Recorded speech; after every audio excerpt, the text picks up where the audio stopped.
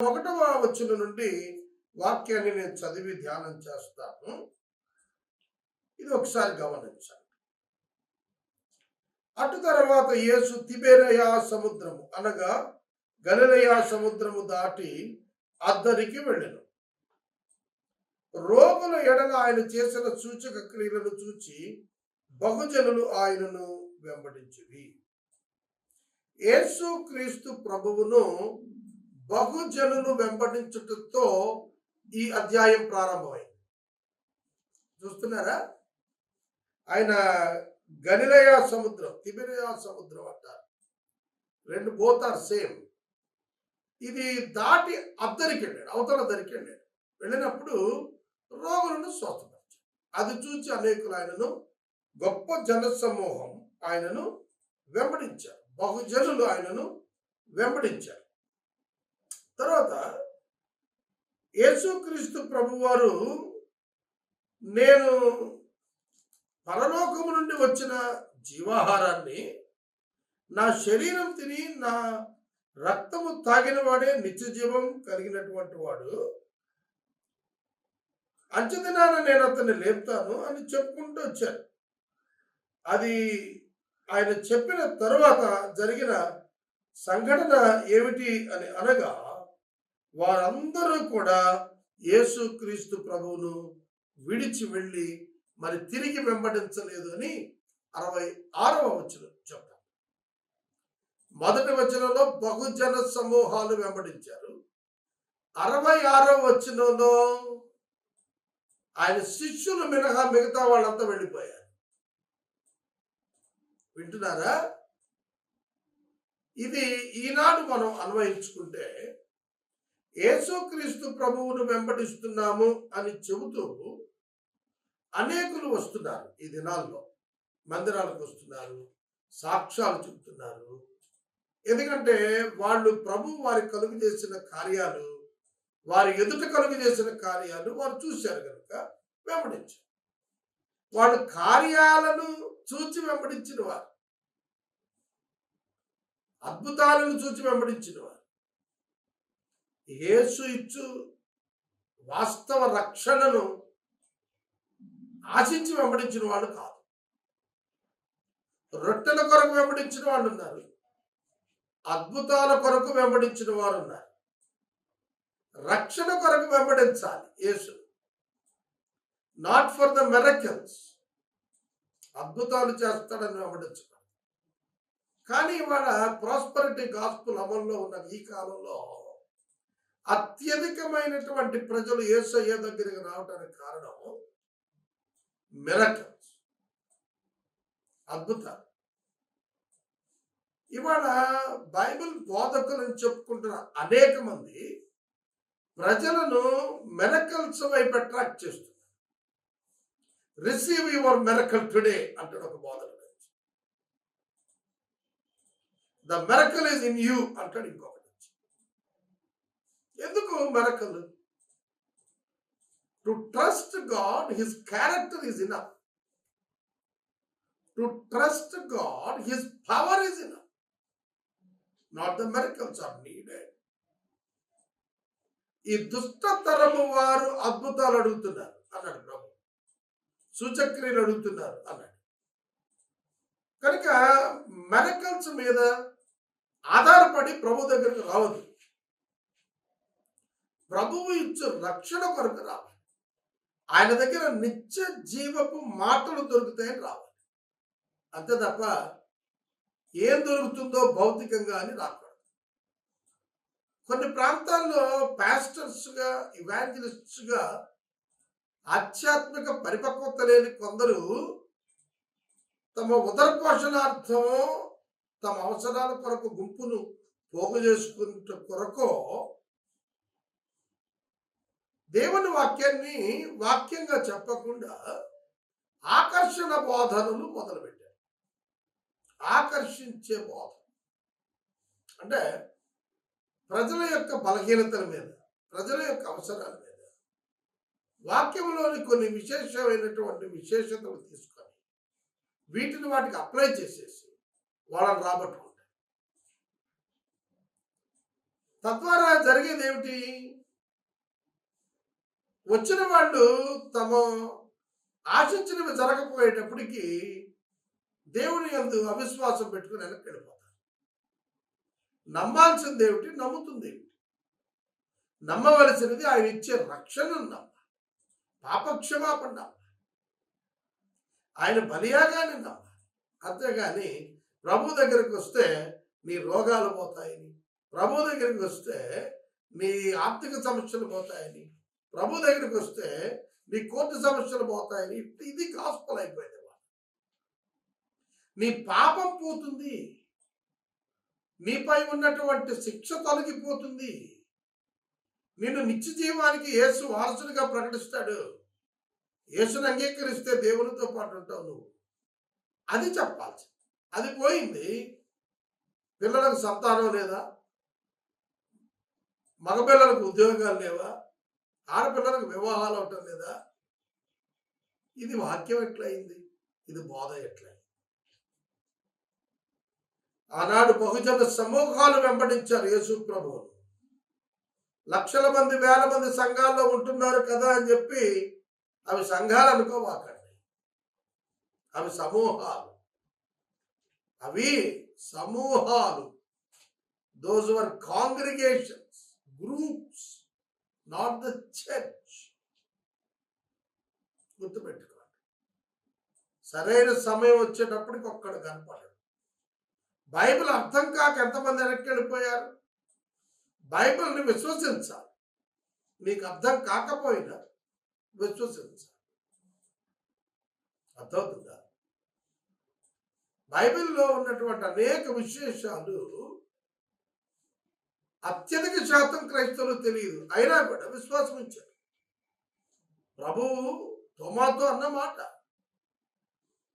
నీవు చూచి నమ్మావు, చూడక నమ్మిన వాడు ధన్యుడు. కాబట్టి ఫెయిత్ దేవుడిచ్చాడు.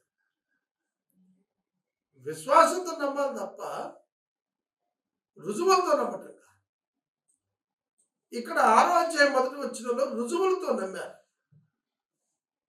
They saw the miracles and followed. When the obstacle comes, they left Jesus. ఆటంకం వచ్చినప్పుడు, అభ్యంతరం వచ్చినప్పుడు విడిచిపోయారు. అర్థమవుతుందా?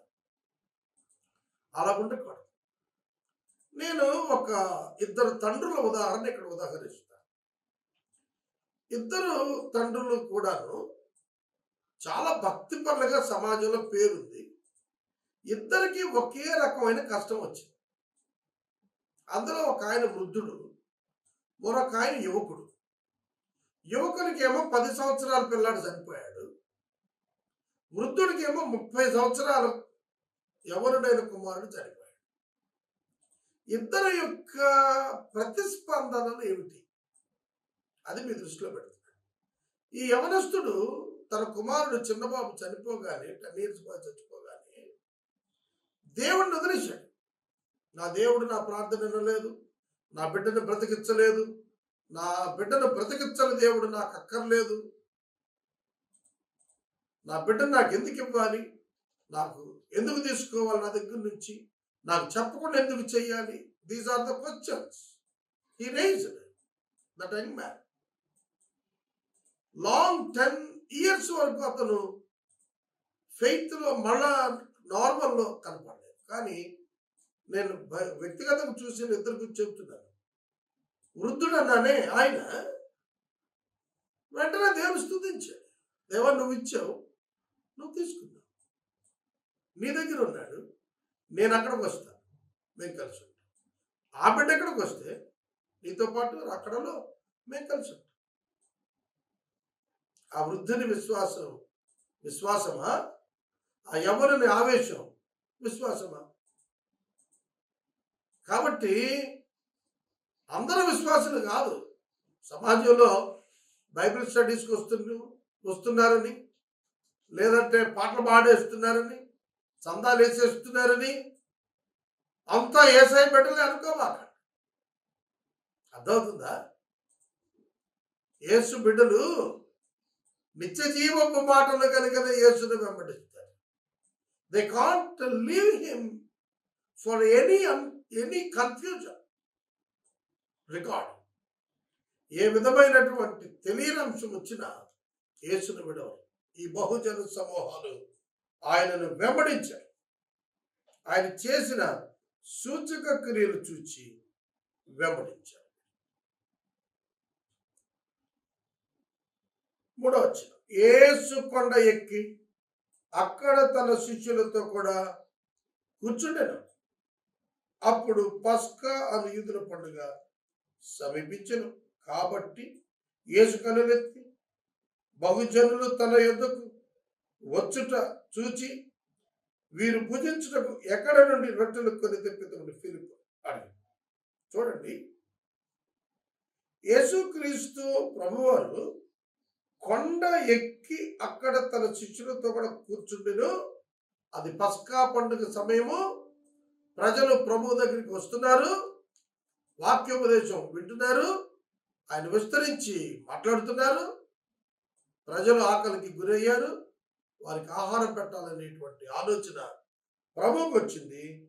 అందుకనే అడుగుతున్నాడు, యేసు కనులెత్తి బహుజనులు తన యొద్దకు వచ్చుట చూచి, వీరు భుజించుటకు ఎక్కడ నుండి రొట్టెలు కొని తెప్పిద్దామని ఫిలిప్పుని అడిగిన గాని ఏమి చేయనయుండనే తానే ఎరిగియుండి అతనిని పరీక్షించుటకు అడిగి. చూడండి, యేసయ్యే మాట్లాడతాడు, కానీ అది పరీక్ష కొరకు కొన్ని పర్యాయాలు. To test your understanding.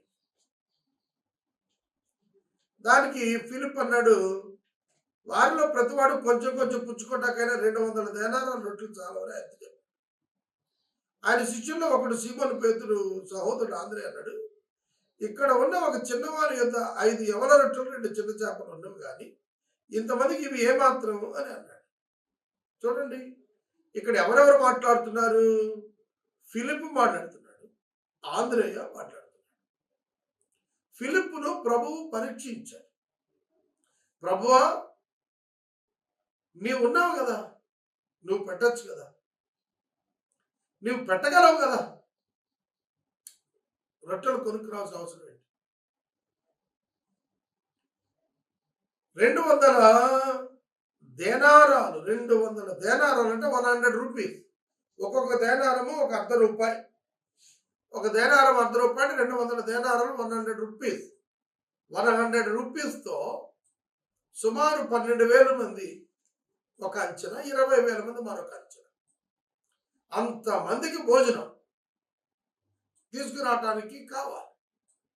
They are well off. ఎక్కడ కొని తెప్పిద్దాం అని అడిగాడంటే డబ్బు ఉందనా లేదా? డబ్బు ఉంది. ఎంత అవుతుందో లెక్కించి చెప్పాడు అని అంటే they are ready to pay and bring the bread. అది పరీక్షించడానికి. నిన్ను కూడా ప్రభు అనేక పర్యాయాలు నీ రెస్పాన్స్ ఎలా ఉంటుంది అని పరీక్షిస్తాడు. నువ్వు ప్రభువును విశ్వసిస్తావా? రొట్టెల కొరకు డబ్బులు చెల్లించడానికి ఇష్టపడతావు. ప్రభువు నీకు ఇస్తాడా? డబ్బుతో కొనాలా? ప్రభువు ఇవ్వగలిగిన వాడని నమ్ముతావా? డబ్బుతో కొనగలవని నమ్ముతావా? Whom you are believing, what you are believing, అది పరీక్ష. తానే ఎరిగి ఉన్నాడు యేసయ్యకి, అప్పటికే తెలుసు తానేం చేయబోతున్నాడు. ఆంద్రేయ ఇంటర్ఫీరెన్స్ చాలా ఆసక్తికరమైనది. మీకు విషయం తెలిసిన, ఆంద్రేయ యోహాను శిష్యుడు, బాప్తిస్మం ఇచ్చే యోహాను శిష్యుడు. మొదట ఆంద్రేయ వచ్చాడు ప్రభు దగ్గరికి.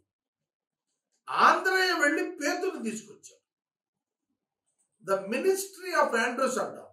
ఆంద్రేయ పరిచర్య observing people near by the lord. ప్రభువుకి సమీపానికి వచ్చిన వాడిని అబ్జర్వ్ చేస్తుండేవాడు. ఒక చిన్న పిల్లవాడి దగ్గర 5 యవల రొట్టెలు, 2 చిన్న చేపలు ఉన్నాయి. And he is willing to give also. ఇవి ఇంతమందికి? ప్రభు వెంటనే జనులను కూర్చుండబెట్టండి. ఆ చోట చాలా పచ్చికుంది కనుక లెక్కకు ఇంచుమించు 5,000 మంది పురుషులు కూర్చున్నారు. ప్రభు కూర్చోబెట్టమన్నాడు. ఇవాళ మనం ఇండ్లలో ఫంక్షన్ చేస్తుంటాం. ఒక 500 మందిని భోజనాన్ని పిలిచామనుకోండి, మనం ఒక వివాహానికో, మెమోరియల్కో, ఇక దేనికైనా ఏ ఫంక్షన్కైనా పిలిచామనుకోండి, 2-3 రోజుల ముందే మొదలెట్టేస్తాం సమీకరణ.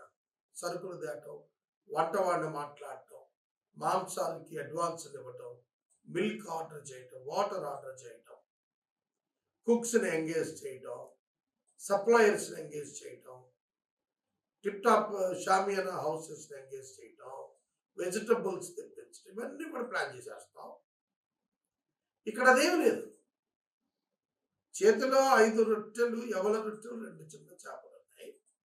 ప్రభువాన్ని కూర్చోబెట్టమంటే 5,000 మంది పురుషులు మైదానంలో కూర్చున్నారు. 50 మంది 100 మంది చొప్పున కూర్చోబెట్టారు. 11 వచ్చింది. యేసు ఆ రొట్టెలు పుచ్చుకొని కృతజ్ఞతాస్తుతులు చెల్లించి కూర్చున్న వారికి వడ్డించెను. అలాగే చేపలు కూడా వారికి ఇష్టమైనంత మట్టుకు వడ్డించెను. నా బైబిల్లో నేను ఒక పదం రౌండప్ చేశాను. వారికి ఇష్టమైనంత మట్టుకు. ఈ పదం రాయకపోతే మన ఇష్టం వచ్చిన వ్యాఖ్యానాలు చేస్తాం. ఆ రొట్టెలు, ఆ చేపలు అంతమందికి పంచాడంటే కొంచెం కొంచెం పెట్టాడని ఏదో ఒక వ్యాఖ్యానం చేస్తాం. కానీ చాలా స్పష్టంగా వారికి ఇష్టమైనంత మట్టుకు, వారు తినగలిగినంత మట్టుకు, వారు కోరుకున్నంత మట్టుకు ఆయన వారికి పెట్టెను.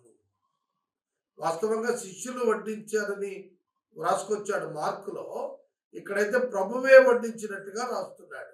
యేసు ఆ రొట్టెలు పట్టుకుని కృతజ్ఞతాస్తుతులు చెల్లించి కూర్చున్న వారికి వడ్డించెను. అలాగే చేపలు కూడా వారికి ఇష్టమైనంత మట్టుకు వడ్డించెను. 5 రొట్టెలు 2 చిన్న చేపలు 5,000 మందికి ఆహారంగా ప్రభు విస్తరింపచేశాడు. It's great miracle. అంటే అక్కడ పదార్థము విస్తరణ. పదార్థం దాని షేప్ మార్చుకుంటుంది తప్ప విస్తరించదు. తర్వాత ఎప్పుడైనా సరే ఒక పదార్థం షేప్ మార్చుకున్నప్పుడు దాని క్వాంటిటీ తగ్గిపోతుంది, దాని పరిమాణం తగ్గుతుంది. కానీ ఇక్కడ భిన్నంగా పరిమాణం పెరిగింది. ఉదాహరణకు ఒక చెట్టు ఉందనుకోండి, చాలా పెద్దగా ఉంటుంది. అది కిటికీలో అయ్యేటప్పటికి చాలా చిన్నగా అయిపోతుంది. అదవుతుందా? కాబట్టి ఏ పదార్థమైనా కూడా తయారయ్యేటప్పటికి చిన్నవవుతాయి, విస్తరించవు, తగ్గుతాయి. కానీ ఇక్కడ చూడండి, 5 రొట్టెలు 2 చిన్న చేపలు విస్తరించాయి. పదార్థ విస్తరణ, పదార్థము విస్తరణ, పదార్థము నిష్క్రమణ, ఈ 2 కూడాను దేవునికి తప్ప ఎవరికి చేత. పదార్థాన్ని ఎక్స్పాండ్ చేసే శక్తి ఒక్క దేవునికి మాత్రమే ఉంది. దాని యొక్క రూపు మారే అవకాశం మనం కూడా చేయొచ్చు. ఉదాహరణకు ఒక పేపర్ తగలబెడితే బూడిదో, అట్లా అన్నమాట.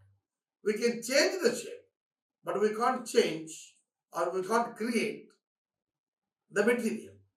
కానీ ప్రభు ఇక్కడ ఆ 5 రొట్టెల నుండి 2 చిన్న చేపల నుండి 5,000 మంది భుజించేటట్లుగాను 12 గంపలు మిగిలిపోయేటట్లుగాను విస్తరింపజేశారు. గమనించండి, వారికి ఇష్టమైనంత మట్టుకు వారు ఎంత భుజించితే అంత. రొట్టె చేప నాన్ వెజ్ కదా, నాన్ వెజిటేరియన్ అంటే ప్రజలకు ప్రియం కదా. ఆ ప్రియమైన ఫుడ్ వారికి బాగా ఆకలిన తర్వాత కదా ఇచ్చింది ప్రభు.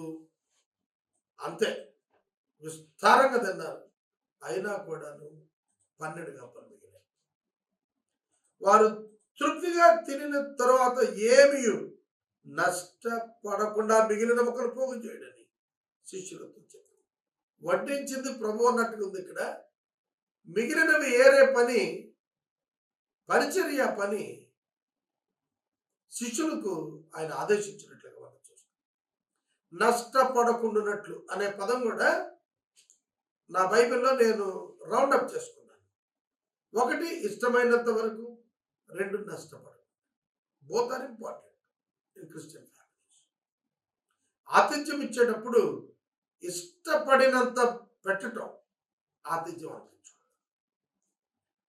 ఏదో వారికి వడ్డించామనే పేరు వడ్డించేసి ప్లేట్ మడిచేటట్టుగా చేయకూడదు. వారు ఇష్టం వచ్చినంత భుజించేటట్టుగా ఇవ్వాలి. రెండు, వేస్ట్ అవ్వకుండా చూడాలి. ఆ ఆహారం వృధా కాకుండా ప్రభు శ్రద్ధ తీసుకున్నాడు. గంపలలో ఎత్తించాడు. గంపలలో ఎత్తించడం easy for transportation. Preparing the food for the transportation. Packing చేశారంటారు కదా, ప్యాకింగ్ ఎందుకు? ట్రాన్స్పోర్టేషన్. అంటే ఇంకొక స్థలంలో ఇంకో చోట నీడు ఉన్న చోట తీసుకెళ్ళి పనిచేయడం. కానీ 12 గంపలు మిగిలాయంటే వారు ఇష్టం వచ్చినంత తినగా 12 గంపలు మిగిలాయంటే అందులో ఏమాత్రం దేన్ని వృధా చేయదలుచుకోలేదు. దాన్ని వృధా చేయకుండా మరొకరు వాడుకునేటట్టుగా ఇచ్చాడు. దేవుడు తన రిసోర్సెస్ వేస్ట్ అవటం ఇష్టపడడు. అవి షేర్ అవటానికి ఇష్టపడతాడు తప్ప వేస్ట్ అవటానికి ఆయన ఇష్టపడడు. మనుషులు యేసు చేసిన సూచక క్రియలు చూసి నిజముగా ఈయన లోకానికి రాబో ప్రవక్త ఈయనే అని చెప్తున్నారు. ఇది మనకు 14-15 వచనాలు కలిపి చదువుకోవాలి మనం. ఆ మనుషులు యేసు చేసిన సూచక్రియ చూసి నిజంగా ఈ లోకానికి రాబో ప్రవక్త ఈయనే చెప్పుకుంది. రాజుగా చేయటం వారు వచ్చి ఆయన బలవంతంగా పట్టుకొని పోతున్నారు. యేసు ఎరిగి మరలా కొండకు ఒంటరిగా. వారు ఏమనుకుంటున్నారో కూడా యేసు ఎరుగున్నాడు. ఎంత గంభీరం అండి ఇది వర్తమానం. వారు ఏమనుకుంటున్నారో యేసయ్యకి తెలిసిపోతాం. మనుషుల యొక్క హృదయము ఆయనకు విదితమే, ఆయనకు రహస్యం కాదు. కనుక గ్రహించండి మిత్రులారా, మీ హృదయం కూడా ఆయనకు తెలుసు. ఆనాడు వారికి భోజనం పెట్టాడంటే వారి అవసరం తెలుసుకున్నవాడు మీ అవసరం కూడా తెలుసు. మీ అవసరం కూడా ఆయనకు తెలుసు. మీరు విశ్వాసంలో స్థిరపడాలని కూడా ఆయన ఆశపడుతున్నాడు. రాజుగా చేయడానికి వచ్చిన వారి మధ్య నుంచి ఆయన బలవంతంగా వెళ్ళిపోయాడు. ఆయన యూదులకు రాజు అని విలాసం పైన శిరసు పైన శిలువ సందర్భంలో రచన మొదటి రాకడలో రాజుగా ఉండటానికి ఇష్టపడలేదు. రక్షకుడు ఉండటానికి ఇష్టపడ్డాడు. సేవకుడు ఉండటానికి ఇష్టపడ్డాడు. శిష్యుల పాదాలకు అడిగాడండి మేడగదిలో. అంత పరిచయం చేశాడు. మార్కు 10:45 అంటాడు, మనుష్య కుమారుడు పరిచారము చేయించుకున్నకు రాలేదు, పరిచారము చేయుటకు అనేకులకు విమోచనాకరైతనంగా తన ప్రాణాన్ని ఇవ్వటానికి వచ్చాడు. ఆయన పరిచారము చేసిన వాడు ఉన్నాడు. ఆయన పరిచారకుడు ఉన్నాడు. స్టీవర్డ్షిప్ చాలా గొప్ప లక్షణం. అది మనం కూడా కలిగి ఉంటాం. God is the owner, we are the stewards. మనం గృహ నిర్వాహకులము, మన దేవుడి యజమాని. ఆయన మరలా కొండకు ఒంటరిగా వెళ్ళిపోయాడు. He doesn't like to be proclaimed as the king, ordained as the king. రాజుగా చేయబడటానికి ఆయన అంగీకరించలేదు. ఆయన సేవకుడు ఉండటానికి ఇష్టపడ్డాడు. దీనుడు ఉండటానికి ఇష్టపడ్డాడు. రిక్తుడు ఉండటానికి ఇష్టపడ్డాడు. అవమానం పొందడానికి ఇష్టపడ్డాడు. అధికారం చలాయించడానికి ఇష్టపడ్డాడు. తను వచ్చినటువంటి ఫస్ట్ కమింగ్ లో purpose salvation to the people. ఇశ్రాయేలులకు రక్షణ ఉంటాడు, అన్యజనులకు రక్షణ ఉంటాడు. ఆయనలో కనిపించాడు.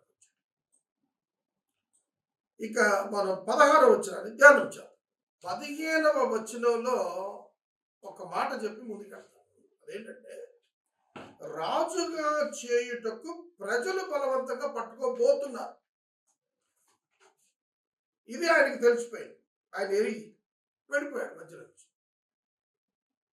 ఇవాళ చాలా మంది క్రైస్తవులు నాయకత్వం విషయంలో సరైన అవగాహన లేని వారుగా ఉన్నారు. పాలిటిక్స్ వైపు క్రిస్టియన్స్ యొక్క అవగాహన ఏమిటి అనేది మనం కొంచెం ఒకటి మనం చెప్తుంది అక్కడ. ఇది ఇండియా నుంచి మనం కామెంట్ చెప్తున్నాం కనుక నేను వాక్యం చెప్తున్నప్పుడు నా దేశంలో ఉన్న కండిషన్ చెప్తాను. అతి పెద్ద ప్రపంచ భక్తుల స్థాయికి వెళ్ళాక ఆయన పాలిటిక్స్ లోనికి వచ్చాడు. దేవుని రాజ్యము నీతి వెతకటానికి ప్రారంభించి చట్టసభలలో అధికారం కోసం తాను వచ్చినట్టుగా చెప్పుకునే దుస్థితికి వచ్చాడు. న్యూ టెస్టిమెంట్ చర్చ్ ని దేవుడు పిలిచింది ఎందుకు? దీని బేసిక్ ఏంటి అంటే, ప్రభువు రాకడ లోపట సంఘాన్ని సువార్తీకరణ ద్వారా సిద్ధం చేయడం. దేవుడు ఎవరినైతే జగత్ పునాది వేయక మునుపు ఏర్పాటు చేసుకున్నాడో వారు రక్షించబడినట్లు సువార్త ప్రకటించడం, దేవుని ఆరాధించి సత్యముతో ఆత్మతో ఆరాధించి ఆత్మీయంగా ప్రభు రాకడ కొరకు సిద్ధంగా ఉండడం. That is the basic concept of the Christianity. ఇక ప్రొఫెషన్స్ కి వచ్చేటప్పటికి ఏ ప్రొఫెషన్ చూస్ చేసుకోవాలి అన్నప్పుడు ప్రత్యేకంగా ఈ పాలిటిక్స్ అనే ఫీల్డ్ విషయంలో ఒక జెంటైల్ కంట్రీలో, జెంటైల్ గవర్నమెంట్లో, జెంటైల్ పీపుల్ ఉన్నటువంటి ఆ ఫార్మాట్ ఉన్నటువంటి గవర్నమెంట్లో ఒక విశ్వాసి వెళ్ళటం మనం ఆలోచన చేసినప్పుడు ఆ క్రైస్తవ విశ్వాసం క్రమశిక్షణ విషయంలో నేను పర్టికులర్గా అన్యజనుల దేశాల గురించి మాట్లాడుతాను. అదే క్రిస్టియన్ కంట్రీ అనుకోండి, రక్షణ అనుభవం లేని మత క్రైస్తవుడు కూడా నాయకుడు అయిపోతాడు. అక్కడ అందరూ క్రైస్తవులు ఉంటారు కనుక ఆ వ్యక్తి యొక్క రక్షణానుభవంతో పని లేకుండా ఆ దేశాల్లో నాయకత్వం నడుస్తాయి. వేరేజ్ లైక్ ద కంట్రీ ఇండియా, ఇవాళ ఇక్కడ ఉన్నటువంటి కరప్షన్, ఇక్కడ పొలిటికల్గా ఉన్నటువంటి conditions, religious and caste systems, వీటన్నిటిని చూస్తున్నప్పుడు లీడర్షిప్లో ఉండటానికి that's not the safest place for a believer. అందుకనే ప్రతి వారు కూడా దేవుడు తనకు ఏ పని అప్పగించారో ఎరిగి ప్రవేశించారు. ఒకవేళ రాజకీయాల్లో వెళ్ళదలుచుకున్నట్లయితే కనుక డానియల్, షడ్రక్, మెషక్, అబేద్నెగోలు బబులోను దేశంలో ఎలాగైతే తమ విశ్వాసాన్ని కాపాడుకోవటానికి ఒంటరైనా నిలబడ్డారో అట్లా నిలబడగలిగితేనే ఆ పొలిటికల్ ఫీల్డ్లో ఉండాలి. లేకపోతే వాళ్ళతో పాటుగా కరప్ట్ అయ్యేటట్టు ఉద్దేశంతోనో లేకపోతే స్పిరిచువల్ ఇన్స్టెబిలిటీ ఉండే కండిషన్స్లో స్లిప్ అయ్యేటటువంటి ప్రమాదం ఉన్నటువంటి ఆ ప్రొఫెషన్లో జాగ్రత్తగా దానిలో ప్రవేశించుకున్నట్టు ఉత్తమం. ఒకవేళ ప్రవేశించినట్లయితే ప్రభువు యొక్క బిడ్డగా నిలబడటం ముఖ్యం. ఇప్పటికీ మనకు చాలా మంది చూస్తున్నాం, పాలిటిషియన్స్లో ప్రభువును ఎరిగిన వారు సైతము అన్యాచారాల అభ్యాసం వరకు వచ్చేటప్పటికి కాంప్రమైజ్ అవుతున్నారు. యేసయ్యను తెలియదని ఒప్పుకుంటున్నారు. Practicing Christianity is one kind of favour to them అన్నట్టుగా మాట్లాడుకొస్తున్నారు. అదంతా ఎందుకు? అది అవసరం లేదు. యేసుక్రీస్తు ప్రభు యూదులకు రాజుగా ఉండటానికి యూదులు బలవంతం చేసినా ఒప్పుకోలేదు. ఎందుకంటే that's not the purpose for him in the first coming. అది దాని ప్రకారం వెళ్ళాడు. మనం కూడా దీనిని చాలా జాగ్రత్తగా ఈ అంశాన్ని మనం విశ్వాసమైనటువంటి చాలా జాగ్రత్తగా డీల్ చేయాల్సి ఉంటుంది. ఇక 16వ వచనానికి వెళదాం. 16వ వచనం నుండి 21వ వచనం వరకు యేసుక్రీస్తు ప్రభువారు సముద్రం మీద నడిచి శిష్యుల యొద్దకు వచ్చినటువంటి సన్నివేశం రాయబడింది. ఇది కూడా ఒక సూపర్ న్యాచురల్ మిరకల్. నీటి మీద మానవుడు నడవడం. యేసు శరీరంలో ఉన్నాడు, ఆయన మహిమ శరీరంలో లేడు, మామూలు శరీరంలో ఉన్నాడు. అయినా ఆయన నీటి మీద నడిచాడు. అసాధ్యమైనది సాధ్యం చేసి చూపించాడు. దేవుని కుమారుడిని ఆయన రుజువు చేసుకున్నాడు. సాయంకాలం అయింది. ఆయన శిష్యులు సముద్రం దగ్గరికి వెళ్ళి దోణి ఎక్కి సముద్రపు అద్దరు ఉన్న కపెర్నహూముకు పోతున్నారు. అంతలో చీకటి అయింది. యేసు వారి ఎదుగు ఇంకా రాలేదు. అప్పుడు పెద్ద గాలి విసిరింది, సముద్రం పొంగుతోంది. వారు ఇంచుమించు 2 కోసల దూరం దోణి నడిపించిన తర్వాత యేసు సముద్రం మీద నడుస్తూ దోణి దగ్గరకు వచ్చి చూసి భయపడ్డాడు. అయితే ఆయన నేనే భయపడకండి వారితో చెప్పాడు. కనుక ఆయన దోణి మీద ఎక్కించుకుంటే వారు ఇష్టపడ్డారు. వెంటనే ఆ దోణి వారు వెళుచున్న ప్రదేశానికి చేరింది.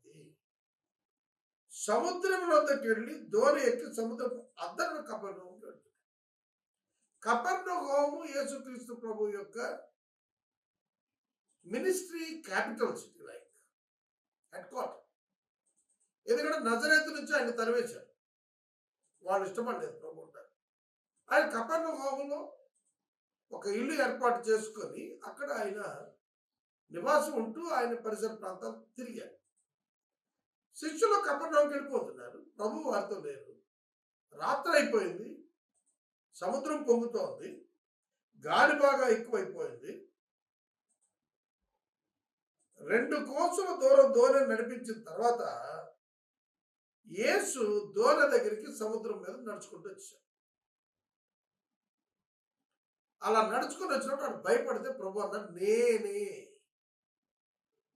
అనే పదం వాడాడు.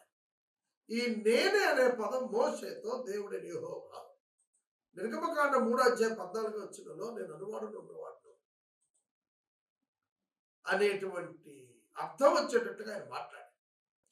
16వ వచనం నుండి 21వ వచనం వరకు ఉన్నటువంటి ప్రత్యేక భాగంలో 1-2 మాటలు నేను జ్ఞాపకం చేస్తున్నాను. చూడండి. పెద్ద గాలి విసిరింది, సముద్రం పొంగుచూ ఉంది. ఇది అక్కడ ఉన్నటువంటి పరిస్థితి. అప్పటికే వాళ్ళు 2 కోసుల దూరం వచ్చారు. 2 కోసులు అంటే 4 మైళ్ళు. యేసు వారికి సహాయం చేయటానికి వారి దగ్గరికి వచ్చారు. చూస్తున్నారా? యేసు వారి యొద్ద లేడు, కానీ వారి యొద్దకు వచ్చాడు. వారు మాత్రమే ప్రయాణమై వెళ్ళారు. యేసు వారితో వెళ్ళలేదని ఇదే అధ్యాయం 22-24 కనబడుతుంది.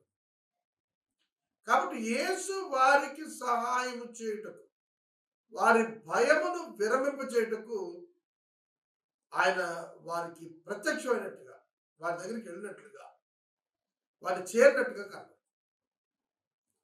మన ప్రభువు మన భయం ఎరిగినవాడు, మన దుస్థితిని ఎరిగినవాడు, మనమున్న ప్రమాదాన్ని ఎరిగినవాడు. ఆయన మనల్ని విడిచిపెట్టాడు. ఆయన రైట్ టైంలో మనల్ని రీచ్ అవుతాడు. ఈ విషయం మీరు గుర్తుపెట్టుకోవాలి. రైట్ టైంలో రీచ్ అవుతాడు. అన్ఎక్స్పెక్టెడ్ వేలో రీచ్ అవుతాడు. మనం ఊహించని రీతిలో రీచ్ అవుతాడు ప్రభు. ఆయన స్థాయిలో రీచ్ అవ్వగలిగిన వాడు ఆయన. ఇది మనం తెలుసుకోవాలి. తరువాత 2 భావనలు ఇక్కడ ఉన్నవి. ఒకటి, యేసును చూచి భయపడ్డారు. యేసు అని తెలిసిన తరువాత వారు ఇష్టపడ్డారు. భయపడ్డారు, ఇష్టపడ్డారు. ఈ 2 భావాలు ఒకసారి ఆలోచించాలి. మనం కూడాను ప్రభువు యొక్క కార్యాలు అర్థం కాక భయపడుతుంటాం. అవి అర్థమైన తర్వాత ఇష్టపడతాం. చాలా సందర్భాల్లో భయానికి గురవుతున్న సందర్భాలు ఉన్నాయి. ఒక fake evidence appears real. Fear అంటే ఫేక్ ఎవిడెన్స్ అపియర్స్ రియల్. అసత్యం సత్యంగా కనపడి మనల్ని భయపడుతుంది. మన భయానికి కారణం, మాక్సిమం కారణం మన అవిశ్వాసం. మన భయానికి కారణం మన అవిశ్వాసం. దేవుని కుమారుడు యేసు ఆయన సముద్రం మీద నడవగలడు ఆయన అని గుర్తించడానికి వారికి తోచలేదు. వారు ఆయన గుర్తించలేకపోయారు.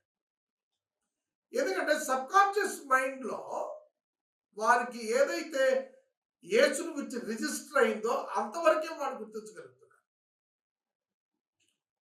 దేవుడు మన అండర్స్టాండింగ్ని మించిన వాడు. యేసు నీటిపై నడిచి రాగలుగుతాడనే సమాచారం వారి సబ్ కాన్షియస్ మైండ్ లేదు. ఉంటే దాన్ని డికోడ్ చేసుకోగలిగేవాడు ఈజీగా. కనుక యేసు నీటి మీద వచ్చినప్పుడు వారు భయపడ్డారు.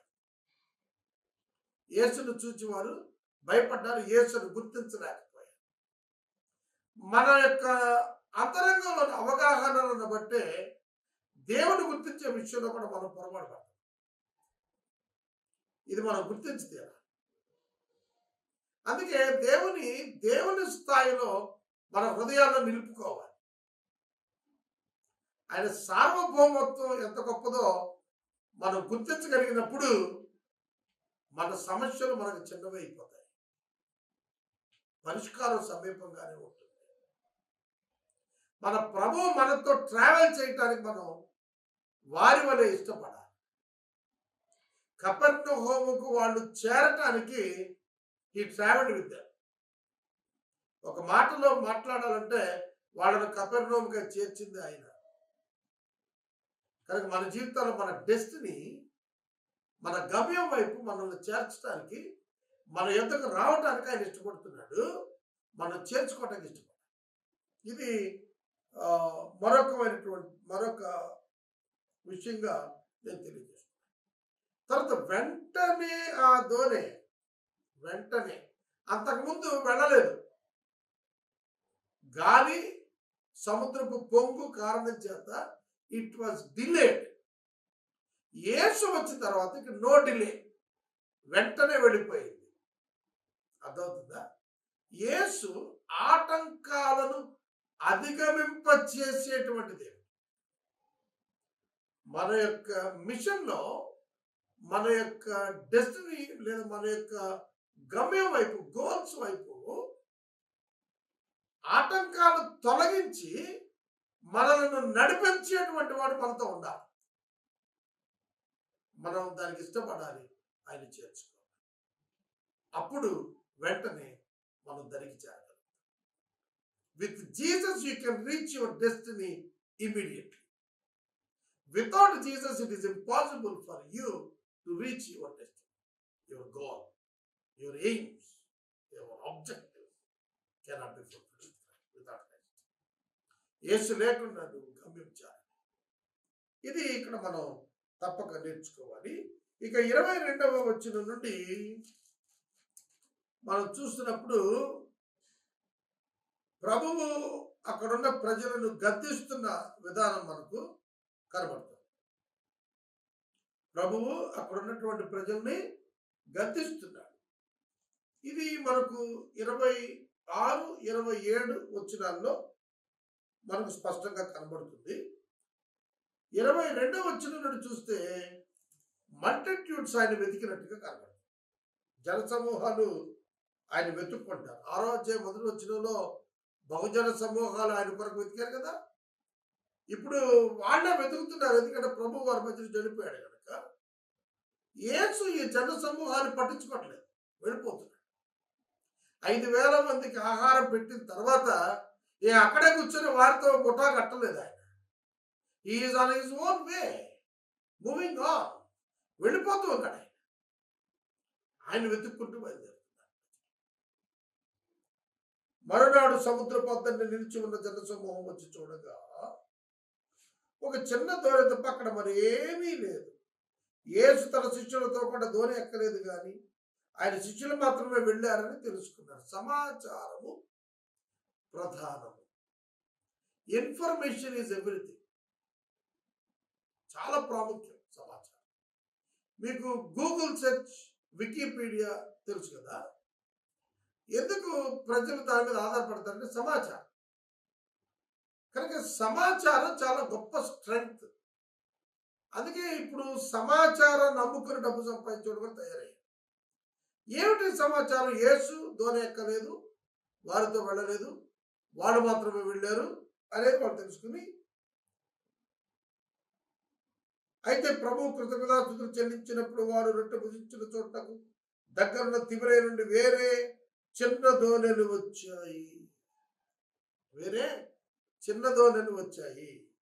కాబట్టి యేసు ఆయన శిష్యులు అక్కడ లేకపోతే జనసమూహం చూసినప్పుడు వారు చిన్న దోణి ఎక్కి యేసును వెతుకుతూ కపెర్నౌముకు వచ్చారు. They are very much interested in seeking Jesus Christ. వెతుక్కుంటూ చేస్తున్నారు వెనకాల. నీవెప్పుడు ఇక్కడికి వచ్చావు ప్రభు అని చెప్పి ఆయన్ని వాళ్ళు ప్రశ్నించారు. అందుకు యేసు, మీరు సూచనలను చూచటం వలన కాదు, కానీ రొట్టెలు భుజించి తృప్తి పొందటం వలననే నన్ను వెతుకుతున్నారు అని మీతో నిశ్చయంగా చెప్తున్నారు.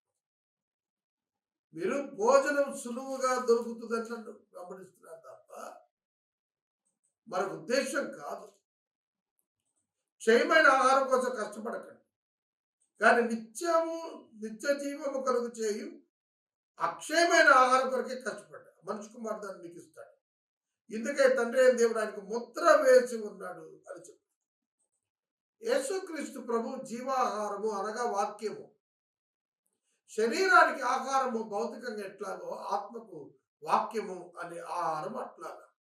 ఆత్మను జీవింపచేసేది జీవాహారమైన దేవుని వాక్యమే.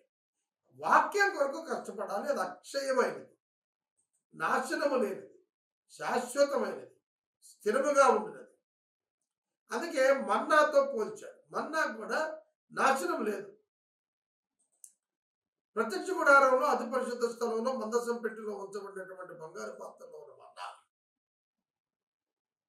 అహరోన కాలంలో పెట్టబడిన తర్వాత కొన్ని వందల సంవత్సరాల పాటు అది పాడవకుండా అట్లాగే ఉంది.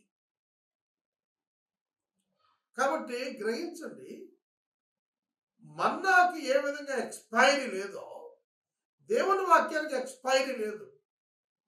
It is sufficient for all the time, all generations. Unchangeable, ఇన్నరెంట్, లోపము లేనటువంటిది, మార్పు లేనటువంటిది, బ్రతికించేటువంటిది. కితన గారు అంటాడు 119:50లో, నీ వాక్యం నన్ను బ్రతికించింది, బాధల్లో నాకు నెమ్మదినిచ్చింది. ద్వితీయోపదేశ కాండంలో మనుషులు రొట్టె వలన మాత్రమే కాదు, physical body lives with physical food. అయితే మనిషి యొక్క ఆత్మ దేవుడిచ్చు ఆహారం, వాక్యంపై ఆధారపడి బ్రతుకు. కనుక దేవుని వాక్యానికి జీవం ఉంది. జీవము అయిన ఆ వాక్యము మానవ ఆత్మను బతికిస్తుంది. కానీ దానికోసం కష్టపడండి. అందుకు తండ్రి అయిన దేవుడు యేసయ్యకు ముద్ర వేశాడంటే ఆయన ఒక్కడే. He is the only authorised person. New testament లో హెబ్రీ 1:1 చెప్తాడు, పూర్వదినములో నానా విధముల నానా సమయంలో పితరుల ద్వారా ప్రవక్తలతో మాట్లాడిన, ప్రవక్తల ద్వారా పితరులతో మాట్లాడిన దేవుడు ఈ దినాలు అంతమంది తన కుమారుడు యేసుక్రీస్తు ద్వారా మాట్లాడాడు. అంటే ఆయన ఒక్కడికే ముద్ర వేశాడు. కనుక దేవుని వాక్కు న్యూ టెస్టిమెంట్ లో Christ only is the word of God. మనకి ఇంక అందులో మార్పేం లేదు. పరిశుద్ధాత్మ బయలుపరిచినటువంటి వాక్యము, వాక్యమైనటువంటి క్రీస్తు తప్ప మనకు ఆధారం లేదు. ఓల్డ్ టెస్టిమెంట్ లో ప్రొఫెట్స్ యొక్క ఓన్ వర్డ్స్ ఉన్నాయి, కానీ న్యూ టెస్టిమెంట్ లో God's word through Jesus Christ అనుగ్రహించబడేది, క్రీస్తు ద్వారా అనుగ్రహించబడేది. అప్పుడు వారు 28వ వచనం నుండి వాళ్ళు అడుగుతున్నారు, people ask the secret of power. అయ్యా, మేము దేవుని క్రియలు జరిగించడానికి ఏం చేయాలి? ఎంత దారుణం అండి! యేసుక్రీస్తు దేవుని కుమారుడు, దేవుని క్రియలు జరిగిస్తున్నాడు. వీళ్ళంటారు మేము కూడా అలాంటి క్రియలు చేయాలి. ఏమిటి దేవుని క్రియలు? నీళ్ళ మీద నడవటం, ఆహారం పెట్టడం, వీటి గురించి అడుగుతున్నారు. యేసు అంటున్నాడు, ఆయన పంపిన వారి యందు మీరు విశ్వాసం ఉంచటం ఉందే, అదే దేవుని క్రియ అని వారు చెప్పారు. ఆయన పంపిన వారి యందు విశ్వాసం ఉంచటమే దేవుని క్రియ. వాళ్ళే దేవుని క్రియలు చేయగలుగుతారు. మార్క్స్ వార్త 16వ అధ్యాయం చివరి భాగంలో ఆయన మీద విశ్వాసం ఉంచిన వారు ఆయన కంటే గొప్ప కార్యాలు చేస్తారు, వారి వల్ల ఈ సూచక్రియలు కనబడతాయని చెప్పాడు కదా. కానీ దేవుని క్రియ ఏమిటంటే యేసునందు విశ్వాసం ఉంచటమే. యేసునందు విశ్వాసం ఉంచిన వారే దేవుని క్రియలు చేయరు. 31 ఏళ్ల సేవా జీవితంలో నా అనుభవాలు చెబుతున్నాను. దేవుని క్రియలు దేవుని పిల్లలు మాత్రమే చేస్తారు. దేవుని క్రియలను దేవుని ప్రజలు మాత్రమే చేస్తారు. మత క్రైస్తవులు కాదు, రక్షణ పొందిన క్రైస్తవులు చేస్తారు. వారే ఒక సూచక క్రియగా మారుతారు. అదే గొప్ప దేవుని క్రియగా లోకం గుర్తిస్తుంది. 30వ వచనం నుండి మనం చూద్దాం. 30వ వచనము 31వ వచనంలో the people demanded a sign instead of exercising faith. విశ్వాసముకు బదులుగా సూచక క్రియలు కోరుతున్నారు ప్రజలు. 30-32 వచ్చినారు. అయితే వారు అంటున్నారు, మేము చూచి నిన్ను విశ్వసించుట.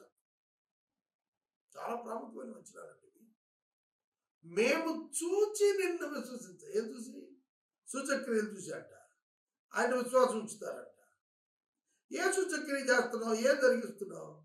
భుజించడానికి పరలోకం నుండి ఆయన ఆహారం వారికి అనుగ్రహించిన రాయబడినట్లు మన పితరులు అరణ్యములో మన్నాను భుజించారు అని ఆయన చెప్పారు. నువ్వేం సూచక్రియ చేస్తావు? మోషే మా కొరకు మన్నాను తీసుకొచ్చాడు. అక్కడ మన్నా వేరుగా, మోషే వేరుగా కనబడ్డారు. యేసుక్రీస్తు అయితే పరలోకం నుండి వచ్చిన జీవాహారం డిక్లేర్ చేసిన ఆయనే ఆ జీవాహారం. కానీ వీళ్ళు అంటున్నారు, మాకు ఇంకా ఏం తీసుకొస్తావు? దానికి ప్రభు ఇచ్చిన జవాబు, భుజించుటకు పరలోకము నుండి ఆయన ఆహారం వారికి అనుగ్రహించినని వ్రాయబడినట్లు మన పితరులు అరణ్యములో మన్నాను భుజించారని ఆయనతో చెబితే యేసు అంటున్నారు, పరలోకము నుండి వచ్చే ఆహారం మోషే మీకు ఇయ్యలేదు, నా తండ్రియే పరలోకం నుండి వచ్చే నిజమైన ఆహారం మీకు అనుగ్రహిస్తున్నాడు. పరలోకం నుండి దిగి వచ్చి లోకమునకు జీవం ఇచ్చినది దేవుడు అనుగ్రహించి ఆహారం అయినదని మీతో నిశ్చయంగా చెప్తున్నాను వారితో చెప్పాను. అందుకో ప్రభువా ఈ ఆహారం వెళ్ళినప్పుడు మాకు అనుగ్రహించన్నారు.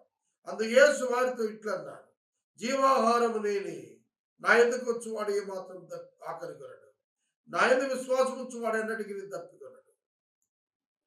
యోహాను 4లో సమరయ స్త్రీతో కూడా ఇదే చెప్పాడు, నేనిచ్చు నీడు తాగువాడు ఎన్నటికీ తప్పికొనడు. కనుక ఇక్కడేమంటున్నాడు, నేనే జీవాహారం, నన్ను భుజించిన వాడన్నిటికీ ఆకలి కొనడు. జీవాహారమైన జీవజలము ఆయనే, ఆధ్యాత్మిక ఆకలి తృష్ణలను తీర్చేది ఆయనే అని ఆయన డిక్లేర్ చేస్తున్నాడు.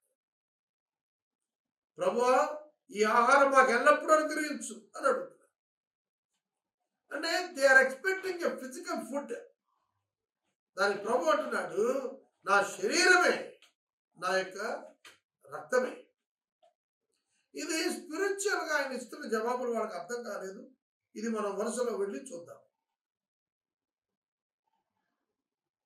మీరు నన్ను చూచి ఉండి విశ్వసింపక ఉన్నారని మీతో చెప్తుంది. మోస్ట్ డేంజరస్ వాడు 36 వచ్చిన, మీరు నన్ను చూచి కూడా నమ్మటం. మేము నిన్ను చూచి నమ్మున్నట్లు సూచక క్రియ ఇవ్వు అని అడిగారంటే వాళ్ళు నమ్మలేదని వాళ్ళే చెప్పినట్టు కదా. అందుకే ప్రభు అంటున్నారు, మీరు నన్ను చూసిన తర్వాత కూడా నమ్మలేదు.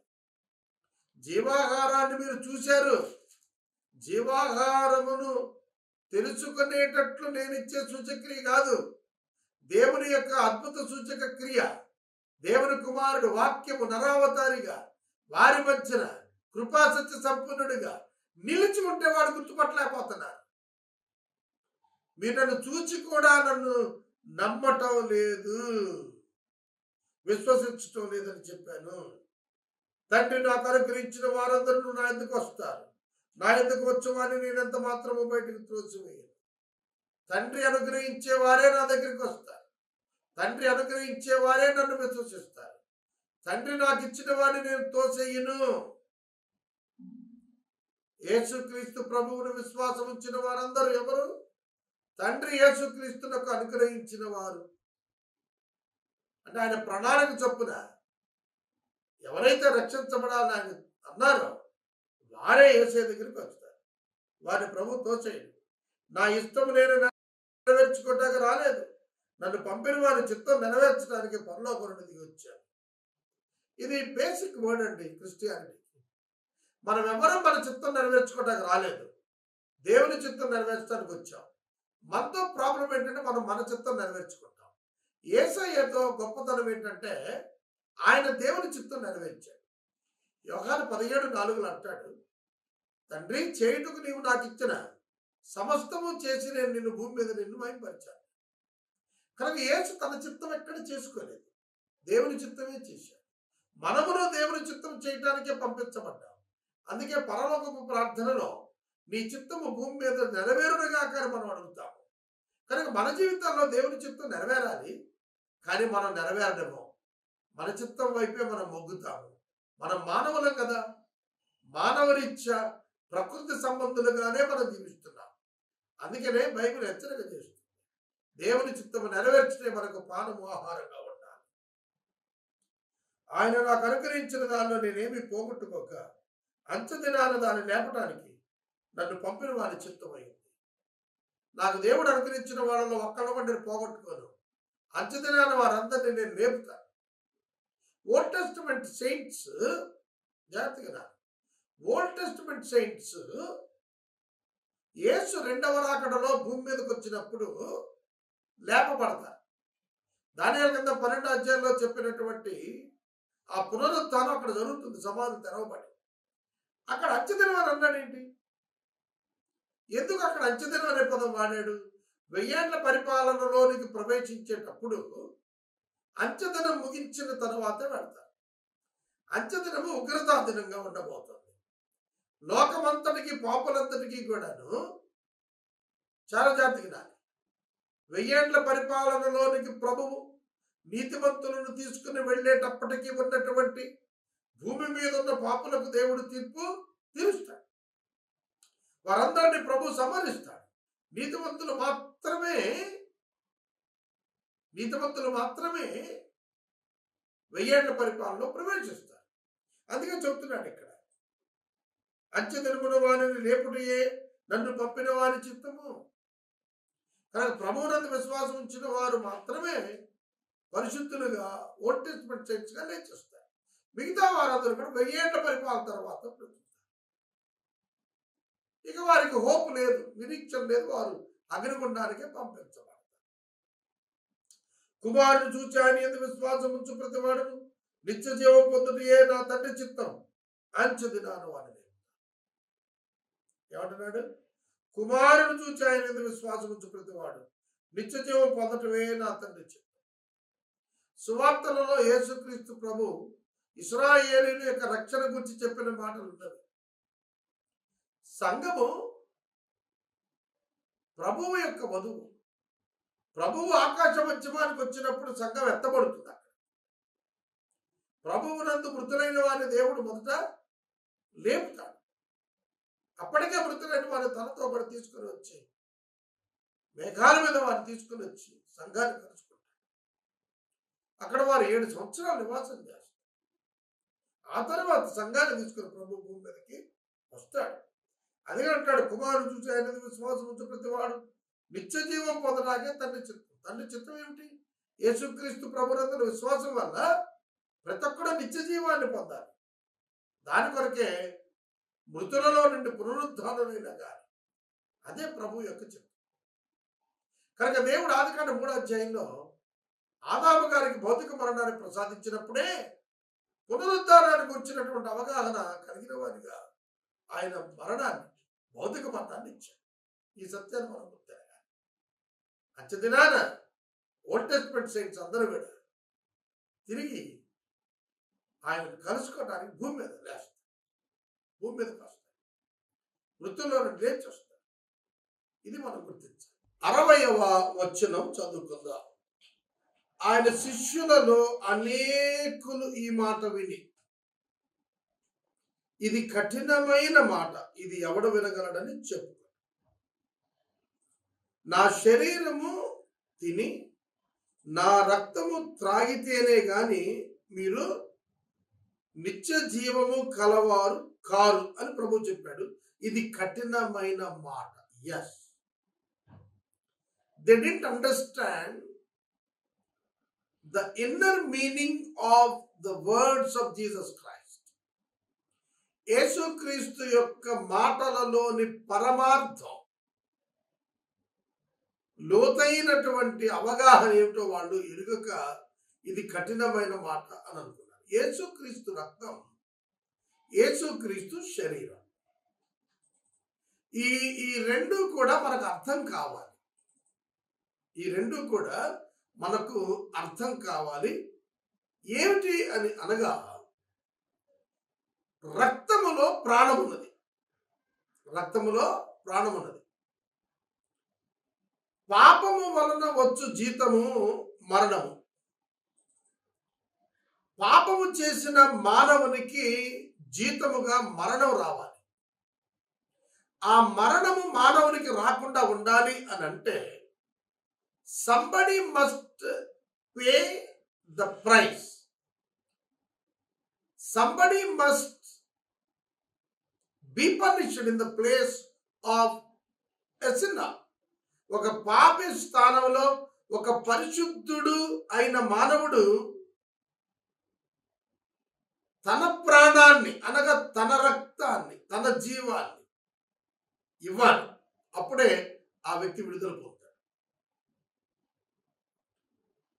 కనుక అలా విడుదల పొందినట్లుగా మానవుల కొరకు యేసుక్రీస్తు తన ప్రాణము, రక్తము ధారపోసాడు. అదవుతుందా? యేసు రక్తము వలన దేవుడు మానవ పాపానికి పరిహారమును అంగీకరించాడు. Jesus offered his own life blood. రక్తములో ప్రాణం ఉంది, ప్రాణాన్ని ఇచ్చాడు యేసు. God accepted that. కనుక రక్తము త్రాగుట, శరీరము తినుట అన్నప్పుడు క్రీస్తును హృదయంలో కలిగి ఉండటం. క్రీస్తును మానవుడు తనలో కలిగి ఉంటాం. ఏ శరీరం అయితే పాపానికి అమ్మబడిందో అదే శరీరంలో పరిశుద్ధాత్మ దేవుడి నివాసం ఉండేటట్లుగా ఈ శరీరము దేవునికి సమర్పించబడాలి. అలా అవటానికి క్రీస్తు శరీరం మన శరీరంతో కలిసి మన శరీరాన్ని పవిత్రపరిచి దేవుని ఆత్మ ఆలయంగా ఉండేట్లుగా చేసి మనల్ని దేవునికి సమర్పిస్తుంది. క్రీస్తు శరీరము, రక్తము తిని త్రాగిన వాడు అనగా క్రీస్తు శరీర రక్తములలో పారిభాగస్తుడైన వాడు క్రీస్తు వలె నిత్యం జీవిస్తాడు. క్రీస్తు జీవిస్తున్నాడు కనుక. అర్థవుతుందా? మొదటి మానవుడైన ఆదాము పాపం చేసి శరీరము పాపమునకు అమ్మబడినట్లు చేశాడు. కడమ ఆదాము పాపమును జయించి పాపమునకు శిక్ష భరించి నిత్యము తన వలె జీవించేటట్లుగా మానవులను చేయగలిగాడు. అందుకే ఆయన శరీరం, రక్తం తినటం అనేది రొట్టె ద్రాక్ష రసాన్ని గురించి చెప్పాడు. అది తీసుకుంటున్నప్పుడు, రొట్టె ద్రాక్ష రసం తీసుకుంటే ఆ భావన విశ్వాసంలో ఉంటుంది. ఆయన సొంత శరీరం, ఆయన సొంత రక్తం నా శరీర రక్తాల్లోకి వెళ్తుంది అనే భావంతో తీసుకుంటాడు. ఇది ఆయనను జ్ఞాపకం చేసుకోవడానికి ఇవ్వబడిన ఆచారం. ఇది మనం గుర్తుపెట్టుకోవాలి. శిష్యులు దీని గురించి సనుగుతున్నారని తనకు తానే ఎరిగాడు. This is the divine quality. శిష్యులు తమలో తాము సణుగుతున్నారు, బయటికి సడగటం లేదు. It is in their hearts and minds. వారి హృదయంలో, వారి మనసుల్లో అనుకుంటున్నారు, అది తాను ఎరిగి ఉన్నాడు. యోహాను సువార్త 2వ అధ్యాయము 24-25 వచనాల్లో అంటాడు, అయితే యేసు అందరినీ ఎరిగిన వాడు కనుక ఆయన తన్ను వారికి వశం చేసుకొనలేదు. ఆయన మనుషుని ఆంతర్యమును ఎరిగిన వాడు గనుక ఎవడనూ మనుషుని గురించి ఆయనకి సాక్ష్యం ఇయ్యనక్కరలేదు. మానవ మనస్సు మానవునికి అనగా ఆ వ్యక్తికి దేవునికి మాత్రమే తెలుస్తుంది. సాతానుకు తెలియదు, ఇతరులకు తెలియదు. మరి యేసు వారి మనస్సులలో ఉన్నది తెలుసుకున్నారు అని అంటే it is the divine power and quality, దైవిక జ్ఞానము శక్తి. కనుక యేసు దేవుడు అంటానికి ఇది ఒక ఉదాహరణ. 6వ అధ్యాయం 61వ వచనంలో తనకు తానే ఎరిగి ఉన్నాడు, ఎవరు చెప్పకుండా. God knows the murmuring of the heart. హృదయంలో వచ్చే సనుగు దేవుడికే తెలుస్తుంది. ప్రభువు దాన్ని తెలుసుకుని వారితో మాట్లాడు. దీని వలన మీరు అభ్యంతర పడుతున్నారా, ఈ మాట నేను పలకటం వల్ల? అలాగైతే మనుష్య కుమారుడు మునుపున్న చోటునకు ఎక్కుట మీరు చూస్తే ఏమంటారు? మునుపున్న చోటు పరలోకం. మునుపున్న చోటునకు ఎక్కుట, పరలోకానికి ఎక్కిపోతే మీరేమంటారు? మునుపు ఉన్న చోటు అక్కడికి ఎక్కిపోవటం మీరు చూస్తే, అది జరిగింది కదా. యేసుక్రీస్తు ప్రభువారు వారందరూ చూస్తూ ఉండగానే భౌతికంగా మహిమ శరీరంలో ఉన్నటువంటి ఆయన పరలోకమునకు కొనిపోబడ్డాడు. పరలోకమునకు కొనిపోబడ్డాడు. ఈ మాట మనకు లూకా సువార్త చివరి అధ్యాయం అయినటువంటి 24వ అధ్యాయంలో 50వ వచనంలో మనకు కనబడుతుంది, 51లో కనబడుతుంది. ఆయన వారిని బేతనీ వరకు తీసుకుని పోయి వారిని ఆశీర్వదించను. ఆయన వారిని ఆశీర్వదిస్తూ ఉండగా ఆయన వారిలో నుండి వేరు చేయబడి ప్రత్యేకించబడి పరలోకమునకు ఆరోహణుడాయను. పరలోకమునకు ఆరోహణుడు ఆయను. తర్వాత మరలా మనకు అపోస్తల కార్యముల గ్రంథము 1వ అధ్యాయం 11వ వచనం అంటాడు, ఆయన ఆరోహణమైనప్పుడు ఒక మేఘం ఆయన తీసుకుని వెళ్ళింది. ఆయన కనులకు కనపడకుండా అయిపోయాడు. ఇద్దరు మనుషులు తెల్లని వస్త్రాలు ధరించుకుని వారి మధ్య నిలిచి, గలలియా మనుషులారా మీరెందుకు నిలిచి ఆకాశం వైపు చూస్తున్నారు? మీ ఇద్దరు నుండి పరలోకమునకు చేర్చబడిన ఈ యేసే, పరలోకము మునుపున్న స్థలము దేవుని నివాస స్థలమైన పరలోకం, ఆ పరలోకానికి చేర్చబడిన ఈ యేసే ఏ రీతిగా పరలోకమునకు వెళ్ళుట చూచితో ఆ రీతిగా ఆయన తిరిగి వచ్చునని వారితో చెప్పారు.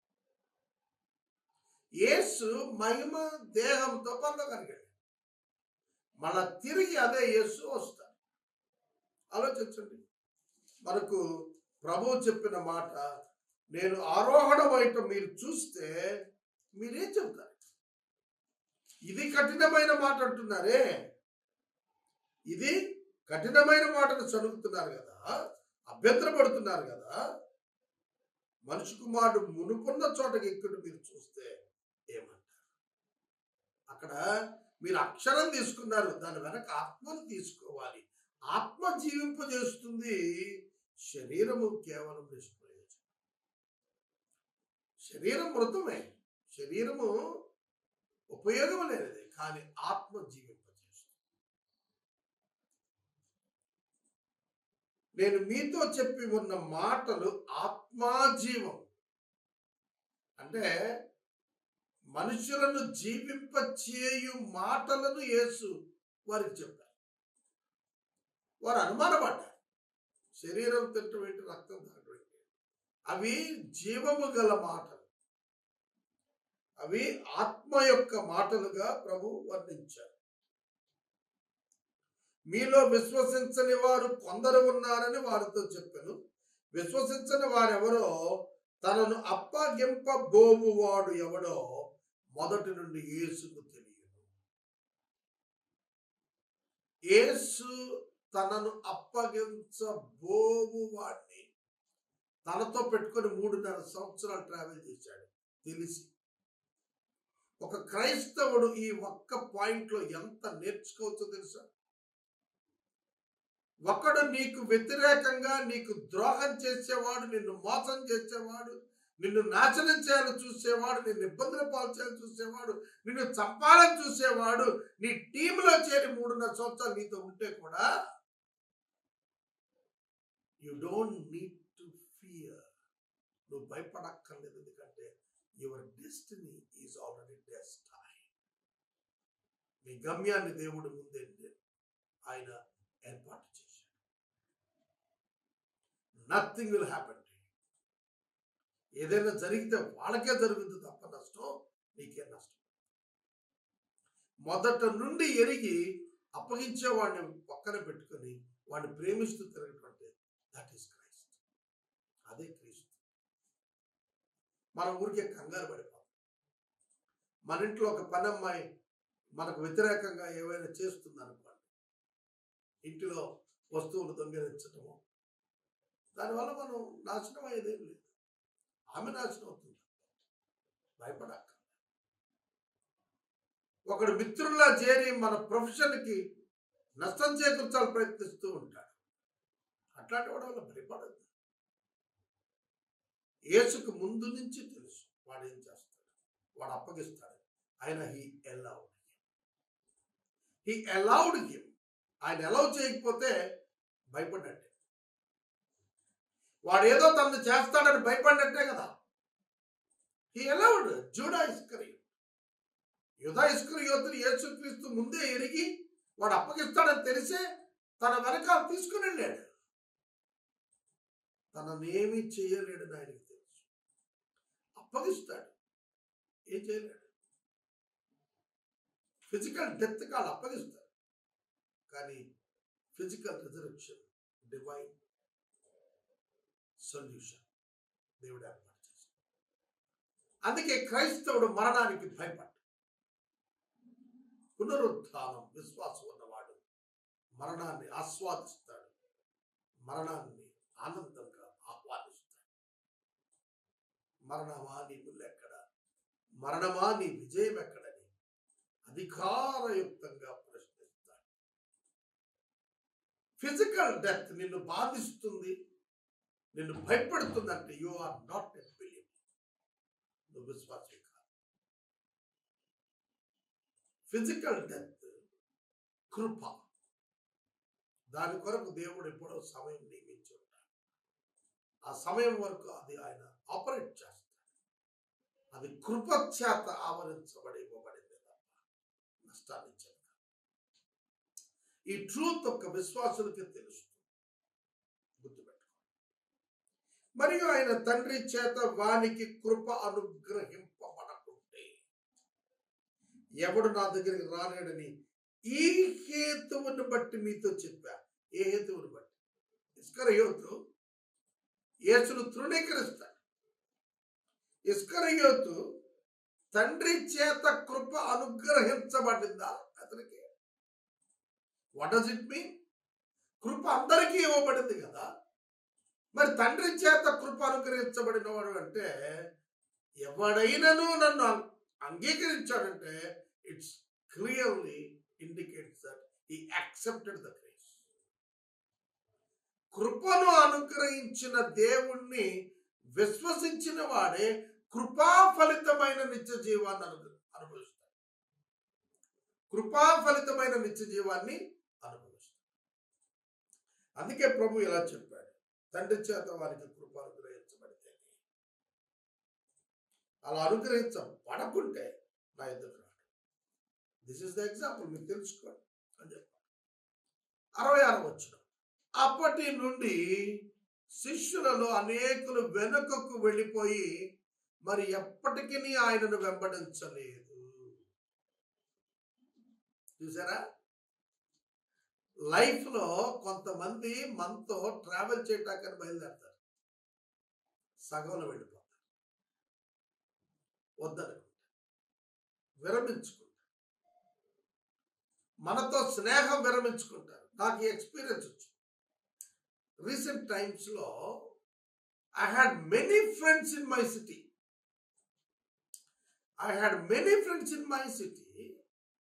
నా పట్టణంలో నాకు ఎక్కువ మంది స్నేహితులు ఉన్నారు, క్లోజ్ ఫ్రెండ్స్ ఉన్నారు. ఒక రిఫరెండం వచ్చేటప్పటికి ఆల్ లెఫ్ట్ మీ, అందరూ వదిలిపెట్టి వెళ్ళిపోయారు. మళ్ళీ సాహసం చేసి వస్తారని నేను అనుకోను. వాళ్ళు మరి ఎన్నడూ కూడా వెంబడించరు.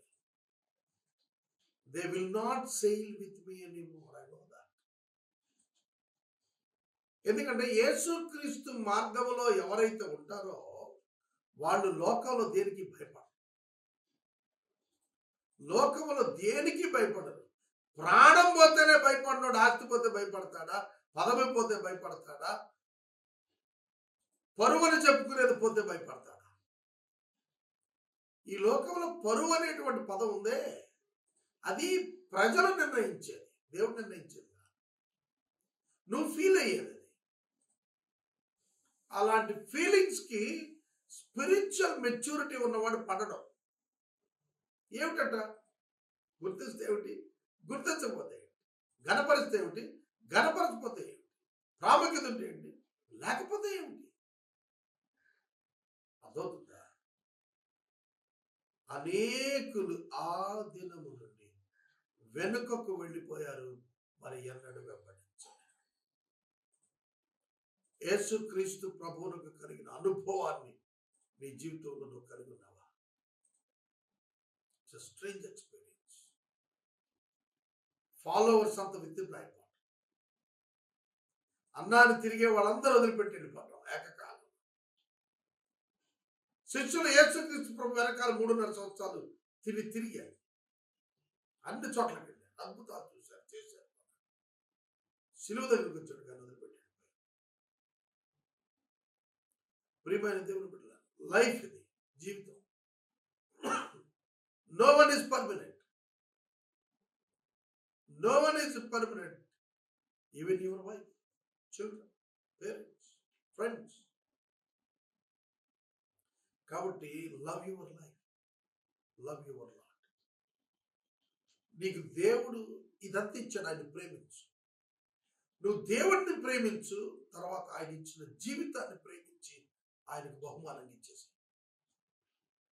you will see a great and different life in future. ఇది నేను చెప్పగలను. యేసు తన శిష్యుల వైపు చూచారు. ఇప్పుడు ఆ 12 మంది వైపు చూచి వాళ్ళతో, మీరు కూడా వెళ్ళిపోవాలని ఉన్నారా? మీరు ఒక మాట గమనించారు. It is nothing but a referendum. It is nothing but a referendum. యేసుక్రీస్తు ప్రభు మాటలు, యేసుక్రీస్తు ప్రభువుని వెంబడించాలా, తృణీకరించాలా అని ఆయన శిష్యులు తీసుకోవలసినటువంటి నిర్ణయం, అది ప్రభువును గురించినటువంటి ఒక రిఫరెండం. నీతో నిలిచి ఉండటానికి ఇష్టపడిన వారితో నిలిచి ఉండి పనిచేయి. నీతో నిలిచి ఉండటానికి ఇష్టపడిన వారిని విడిచి నీతో ఉండటానికి ఇష్టపడిన వారితో నీవు పనిని ముందుకు తీసుకెళ్ళి. పౌలు గారు బర్నబాతో విభేదించాడు. They were disagreed. వారు ఒప్పుకోలేదు ఒకరిని ఒప్పుకోక. But both of them serve the lord. యేసు ప్రభు అడిగిన మాటకి పేతురు పరిశుద్ధాత్మ చేత రివీల్ చేయబడిన వాడి యొక్క మాట చెప్పాడు. అదేంటంటే, పేతురు, ప్రభువా ఎవని వద్దకు వెళ్ళదు. ఇది అర్థమైతే చాలండి, లైఫ్ మారిపోతుంది. నీ మాటలు అర్థమైనా అర్థం కాకపోయినా మేము ఎవరి దగ్గరికి వెళ్తాము? You are the only one. You are the only one. నువ్వు ఒక్కడవే. నీవు తప్ప మానవుల కొరకు ఎవరినీ దేవుడు పంపలేదు. నీవు తప్ప మానవులను పరలోకానికి చేర్చగలిగిన వాడు ఎవడనూ లేడు. నువ్వు ఒక్కడవే. ఇక మేము where is the other source for us to go? Move on. మేము ఇంకెక్కడికి వెళ్ళగలుగుతాం? నిన్ను వదిలిపెట్టి నీవు లేకుండా మేము పరలోకానికి ఎట్లా వెళ్ళగలుగుతాం? కనుక పేతురు మాట్లాడుతున్నాడా? పరిశుద్ధాత్మ దేవుడు పేతురుకు బయలుపరిచాడు. పరిశుద్ధాత్మ దేవుడు పేతురుకు బయలుపరిచాడు. ప్రభువా, ఎవరి దగ్గరికి వెళ్తాం? నీవే నిత్య జీవపు మాటలు కలవాడు. నిత్య జీవపు మాటలు కలవాడవు. యేసుక్రీస్తు మాటలు నిత్య జీవాన్ని ఇస్తాయి. ఆకాశము భూమి గతించిపోయిన యేసు మాట గతించ. నీవు అనలేదు, నీవే అన్నాడు. నీవు అంటే నీవు కూడా అని అర్థం, కానీ నీవే అంటే నీవు మాత్రమే అని అర్థం. నీవే నిత్య జీవపు మాటలు గలవాడు అంటే ఇంకొకడు నిత్య జీవపు మాటలు గలవాడు లేడు. ప్రపంచంలో ఎంత గొప్ప వ్యక్తి అయినా, మత గ్రంథాలు వ్రాసినటువంటి గొప్ప గొప్ప వ్యక్తులైనా వారు నిత్య జీవపు మాటలు కలిగి లేరని ఈ వాక్యం మనకు తెలియజేస్తుంది. యేసు క్రీస్తు ద్వారా తప్ప దేవుడు మానవులతో మాట్లాడటం లేదని, దేవుడు మాట్లాడటం లేదని ఈ మాటలు తెలియజేస్తుంది. కనుక ప్రతి మత గ్రంథం విశ్వసిస్తున్న వారికి బోధిస్తున్న వారు ఇది దైవ గ్రంథం అనే చెబుతారు. అయితే ఆ మత గ్రంథం ఆ వ్యక్తిలో ఏ మార్పు తీసుకునొచ్చు? ఎటువంటి మార్పు రావాలంటే నాట్ ఐ బట్ క్రైస్ట్. అది మార్పు.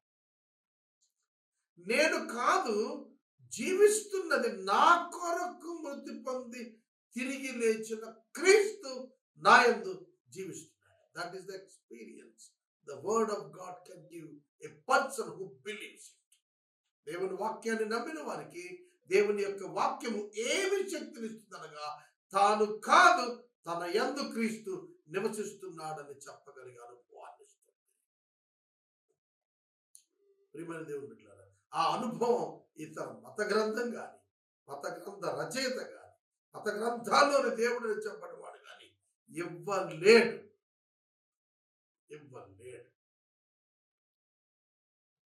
ఇది బైబిల్ మాత్రమే చేయగలిగినదిగా బైబిల్ పండితులందరూ కూడా బోధించినటువంటి సత్యం. నీవే దేవుని పరిశుద్ధుడు అని మేము విశ్వసించి ఎరిగి ఉన్నాము. చూడండి, ఇక్కడ ఒక లిటిగేషన్ వర్డ్ ఉంది. ఎరిగి ఉన్నామంటే తెలుసుకున్నాము, ఎరిగి ఉన్నాము అందుకు విశ్వసించాము అనలేదు పేతురు. మేము విశ్వసించాము అందువల్ల ఎరిగి ఉన్నాము. ఈ లిటిగేషన్ మీకు అర్థం కావాలి. బైబిల్ దేవుని వాక్కు అని ఎరిగి ఉండుట ఎప్పుడు సాధ్యం అంటే విశ్వసించిన తరువాతనే. విశ్వసించినాము, ఎరిగి ఉన్నాము. విశ్వాసం ఉంచిన తరువాతనే దానిని మనం ఎరుగగలుగుతాం. ఎరిగిన తర్వాత విశ్వాసం అంటే చూచి నమ్మటం. ఎరుగక ముందు విశ్వాసం అంటే చూడకుండా నమ్మటం. చూడకుండానే విశ్వసించటం, నమ్మటం. చూచి నమ్మిన దానికంటే ఎంతో గొప్ప అనుభవం. కానీ యేసుక్రీస్తు ప్రభువు మాటలను విశ్వసించాం. మనం యేసు ప్రభువు చూడలేదు వాళ్ళ, కానీ ఆయన మాటలు విశ్వసించి ఆయన నిత్య జీవం కలవాడని ఆయనను వెంబడిస్తూ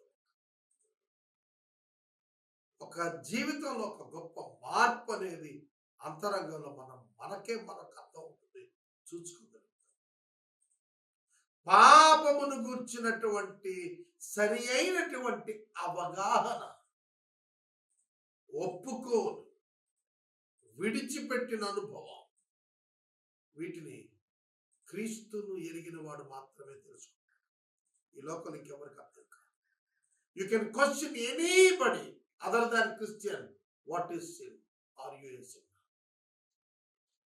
క్రైస్తవుడు, నిజ క్రైస్తవుడు కానీ ఏ మానవుడిని అడగండి, మీరు పాపియా, మీరు పాపంలో ఉన్నారంట. నో అంటాడు. ఈ కాంట్ అండర్స్టాండింగ్. తనకు అర్థం కాదు పాపం అంటే ఏమిటో, పాపి అంటే ఏమిటో, మరణం అంటే ఏమిటో, అగ్నిగుండం అంటే ఏమిటో, తీర్పు అంటే ఏమిటో, రక్షణ అంటే ఏమిటో, ఇవి అతనికి అర్థం కావు. విశ్వసించిన వారికి అర్థం అవుతాయి. అర్థమయ్యాక విశ్వసించడు, విశ్వసించిన తర్వాత అర్థం అవుతాయి. ఇది మనం తెలుసుకున్నాం. అందుకు యేసు, నేను మిమ్మల్ని 12 ఏర్పరచుకోలేదా? ప్రభా, మేము ఎక్కడికి వెళ్తాం అని అడిగావు కదా, నీవే పరిశుద్ధుడవు అని విశ్వసించాము. నువ్వు నిత్య జీవం మాటలు కలిగిన వాడువు. మేము ఎవరి ఎందుకు వెళ్ళుదును కాదు. వెళ్ళుదును అంటే ఒక్కడే, వెళ్ళుదుము అంటే 12 మంది. ఆన్ బిహాఫ్ ఆఫ్ 12 ఈ స్పీకింగ్, పీటర్ ఈ స్పీకింగ్. ఆ 12 మంది పక్షంగా పేతురు మాట్లాడతాడు. అందుకనే వెళ్ళుదుము అన్నాడు, ఎందుకంటే అక్కడే ఉన్నారు వీళ్ళందరూ. అందులో యోధా కూడా ఉన్నాడు. విడిచి వెళ్లకుండా ఉన్నంత మాత్రాన, అంటి పెట్టుకొని ఫిజికల్ గా అక్కడ ఉన్నంత ప్రజెంట్ అయ్యి ఉన్నంత మాత్రాన ఇస్కరియోతు యోధా మిగిలిన 11 మంది వలె ఉన్నాడా? అందులో నేను 12 మందిని ఏర్పరచుకోలేదా? మీలో ఒకడు సాతాను, డయాబోలోస్ అన్నారు. డయాబోలోస్, గ్రీక్ లో డయాబోలోస్ అంటే అర్థం ఏంటంటే ఫాల్స్ అక్యూజ్డ్. మీలో ఆల్రెడీ ఒకడున్నాడు, నన్ను అప్పగించేవాడు ఒకడు మీలోనే ఉన్నాడు అని ప్రభు చెప్తారు. 71వ వచనం చివరి వచనం చదువుతున్నాను చూడండి. సీమోను ఇస్కరియోతు కుమారుడైన యోధా 12 మందిలో ఒకడై ఉండి ఆయనను అప్పగించబోచున్నాను కనుక వాడిని గురించి ఆయన ఈ మాట చెప్తున్నాను. ఇక్కడ తెలుగు బైబిల్లో చదువుతున్నప్పుడు సీమోన్ అన్నాడు, ఇస్కరియోతు యోధా. ఇస్కరియోతు అనేది ఊరి పేరు. ఇస్కరియోతు యోధా అంటే మనకు అర్థం అవుతుంది, 6లో ఒకటని. మరి సీమోను యాడ్ చేశాడు. ఇది ఎట్లా కలిపి చదవగలుగుతాం అనే దగ్గర నేను స్ట్రక్అప్ అయిపోయాను. సీమోను ఇస్కరియోతు కుమారుడైన యోధా అన్నప్పుడు సీమోను అనే దగ్గర ఎలా కనెక్ట్ అవుతుంది వర్డ్? సీమోను అనగానే మనకు పేతురు గుర్తొస్తాడు కదా. సీమోను ఇస్కరియోతు యోధా ఏంటి? దానికి వెరీ సింపుల్ ఏంటంటే, డోంట్ కన్ఫ్యూజ్. ఏంటంటే the Judas of Iscariot, the son of Simon. ఇస్కరియోతు అనే ఊరి వాడైన యోధా తండ్రి పేరు సీమోను. అందుకనే ఇస్కరియోతు యోధా పేరుకి సీమోను చేర్చాడు రచయిత. యూదులలో తండ్రి పేరు చేర్చబడుతుంది, తండ్రి పేరు చేర్చబడుతుంది. అందుకని ఇప్పటికీ కూడా మనకు నార్త్ ఇండియాలో ఈ ఆర్యన్ కల్చర్, ఆర్యను మనకు తూర్పు దేశాల నుండి వచ్చిన వాళ్ళే. టువర్డ్స్ ఈస్ట్ అంటే మనకి వాళ్ళు ఇజ్రాయెల్ కంట్రీకి ఈస్ట్ ప్లేసెస్ అయిన మన ప్రాంతాలు, తూర్పు దేశాలంటే మనవి ఇజ్రాయెల్కి, అటు నుంచి వచ్చిన వాళ్ళు ఆర్యన్. కాబట్టి మనం నార్త్ ఇండియాలో పేర్లు చూస్తే ఒక పర్సన్ నేమ్కి వాళ్ళ ఫాదర్ నేమ్ యాడ్ అవుతుంది. ఆర్యన్ కల్చర్, ఇజ్రాయెల్ కల్చర్ అది. యూదుల్లో అలా వస్తుంది పేరు, ఆ గోత్రం పేరు యాడ్ అవుతుంది, ఫాదర్స్ నేమ్. ఇక్కడ ఇస్కరియోతు అనేదేమో ఊరి పేరు, యూదా అనేదేమో శిష్యుడి పేరు. ఈ ఇస్కరియోతు యోధా ఫాదర్ నేమ్ ఏమో సైమన్. అందుకే మనకి ఇంగ్లీష్ బైబిల్ ఏమంటాడంటే చాలా స్పష్టంగా చెప్తాడు, Judas Iscariot the son of Simon అని చెప్తాడు. ఈ క్లారిఫికేషన్ మీకు ఇవ్వాలని చెబుతున్నాను. ఈ 12 మందిలో ఒకడైన ఇతడు యేసును అప్పగించేవాడు అని యేసు ముందుగా ఎరిగిన వాడు కనుక ఈ మాట చెప్తున్నాడు. మీలో ఒకడు సైతాను, డయాబోలోస్ అంటే ఒక ఫాల్స్ అక్యూజ్డ్ మీ మధ్యలో ఉన్నాడు. వాడు అపరాధి, తీర్చబడిన వాడు. But he was continuing in the apostles. సోదరుడా, సోదరి, దేవుని సేవలో ఉన్నట్టుగా కనబడుతున్నారు కదా అని అందరినీ దైవ సేవకులు అనుకోకండి. కొందరు సాతాను చేత పంపబడిన వారు కూడా ఉంటారు.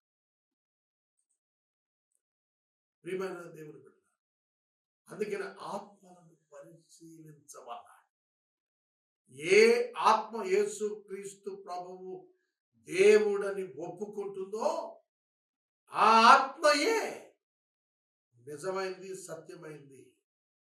యేసును దేవుడని ఏ ఆత్మ ఒప్పుకోదు అది సరి అయిన స్పిరిట్ కాదు. That's not the Holy Spirit, that's the devil spirit. చాలా మంది కోపం రావచ్చు మనుషులకి, ఏమిటి మమ్మల్ని ఇంత మాట అన్నారు. నేను చెప్పే మాట కదా, బైబిల్ చెప్పిన మాట.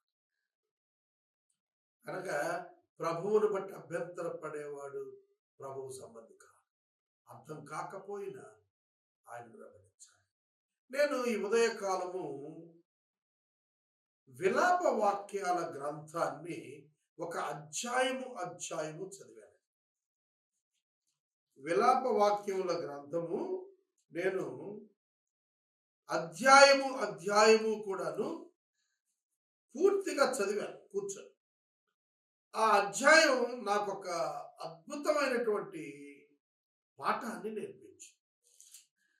విలాప వాక్యాల గ్రంథం మీరు కూడాను మీకు ఖాళీ ఉన్నప్పుడు 3వ అధ్యాయం చదవండి, కంప్లీట్గా చదవండి. ఆ అధ్యాయం చదివితే మీకు అర్థం. యేసుక్రీస్తు ప్రభువు అర్థమైతే నమ్మాల్సిన వాడు కాదు, నమ్మినందున అర్థమయ్యేవాడు. యేసు ఎవరో అనే ప్రశ్న విశ్వసించిన వానికే జవాబు దొరుకుతుంది. ఎవరో ఎరిగినాక విశ్వసిద్దాం అనుకున్న వాడికి ఎప్పటికీ జవాబు దొరకదు.